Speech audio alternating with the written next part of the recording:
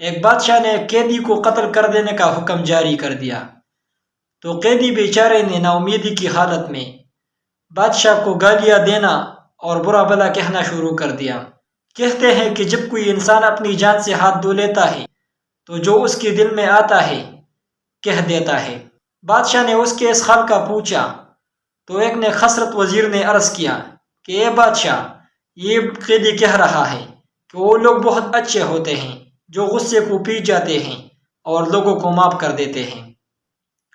جب بادشاہ نے یہ سنا تو قیدی پر رحم آ گیا اور اس کے قتل کے ارادے کو ترک کر دیا۔ مگر دوسرا وزیر جو اس کا مخالف تھا وہ بول اٹھا، اے بادشاہ، لوگوں کو مناسب نہیں ہے کہ وہ بادشاہوں کے درباروں میں سچی بات کے سوا کچھ اور کہیں۔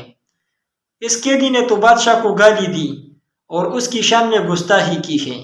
بادشاہ نے جب یہ بات سنی تو بہت ناراض ہوا اور بولا، وہ جھوٹ جو اس وزیر نے کہا ہے مجھے اس سچ سے زیادہ پسند ہے، اس لیے کہ اس کا رخ نیکی کی طرف ہے اور تیری اس سچ کی بنیاد حفاظت پر ہے۔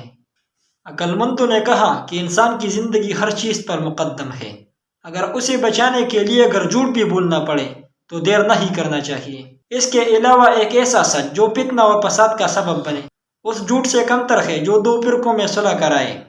اس کہانی سے مراد یہ ہے کہ ہمیں کبھی بھی ایسی بات نہیں کرنی چاہیے جو دوسروں کے لیے فساد بنے۔ اللہ تعالی ہم سب کو رحم دل اور معاف کرنے والا بنائے، آمین ثم